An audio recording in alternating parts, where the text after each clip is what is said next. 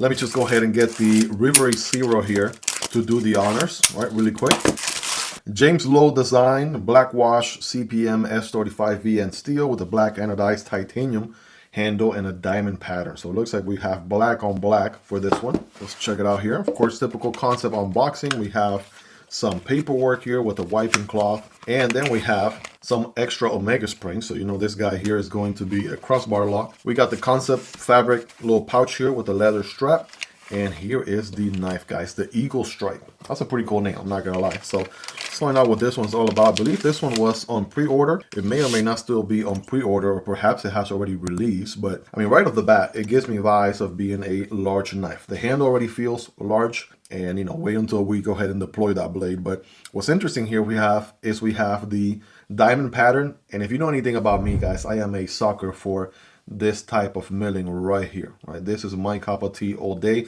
You've seen it here on the channel in other, you know, favorite knives like the Kumbu Chat here or the Demco 8020.5. So that's my cup of tea all day. And the black and yellow here, black and gold color combo absolutely pops. So I'm digging that right off the bat. We have a titanium pocket clip. Titanium, yes it is. No pull there. And let's see, we do have steel liners. I'm getting pull there. But we probably have, yeah, it is going to be a titanium backspacer. I'm only getting pull there from the actual liners themselves. The pocket clip is not reversible. I'm sure they just wanted to preserve the, you know, nice looking show side. Maybe they have a lefty version. I'll have these linked down below so you guys can check them out, see what's available, what other variants there are. I know they have this one on lightning strike variants and plain tie variants and all that, but let's go ahead and bam, get her deployed. Holy macaroni, guys. Definitely a larger knife without a doubt. Let me go ahead and get a little wipe, you know, a little wiping situation going on here just to get the oils off. We got that matching black wash on the blade for that black on black. We said this was S35VN steel. Let's get a little closer look here. And we have a very interesting sort of, you know, little lines there for character on the knife. I'm digging that for sure. Again, James Lowe design. Pretty interesting drop point blade, where it's got this little nest muck looking piece here, but then it drops.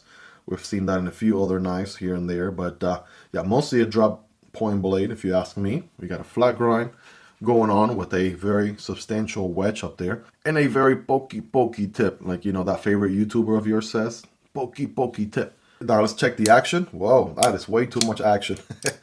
Right, let's kind of calibrate the flick of the wrist, because you don't want to overdo it, right? If you overdo it, that's what I did the first time, but now I'm getting the hang of it here. Oh yeah, that is nice. Of course, it's going to be on ball bearing, so it's going to roll out very smooth. So very good implementation, very comfortable to use and operate as a crossbar lock. Of course, you got thumb studs there for deployment. You can do that. You can reverse flick off of the nail of the middle finger, which is my favorite way to do it. Absolutely sign me up. Good alignment there, smack in the middle, as you would expect. And plenty of handle. I mean, we got handle here for days. My baby hands are not going to do it justice. This is a large knife. I want to say borderline extra large, I don't know, but it definitely deserves a nice quick overall measurement here, just to give you a ballpark. Yeah, definitely over 8 inches, 8.25 to be exact. The overall length on the blade is going to be 3.75 with a 3.5 on the cutting path. Now the box says 3.73, so I'm sure they're talking about the whole blade, not just the cutting path.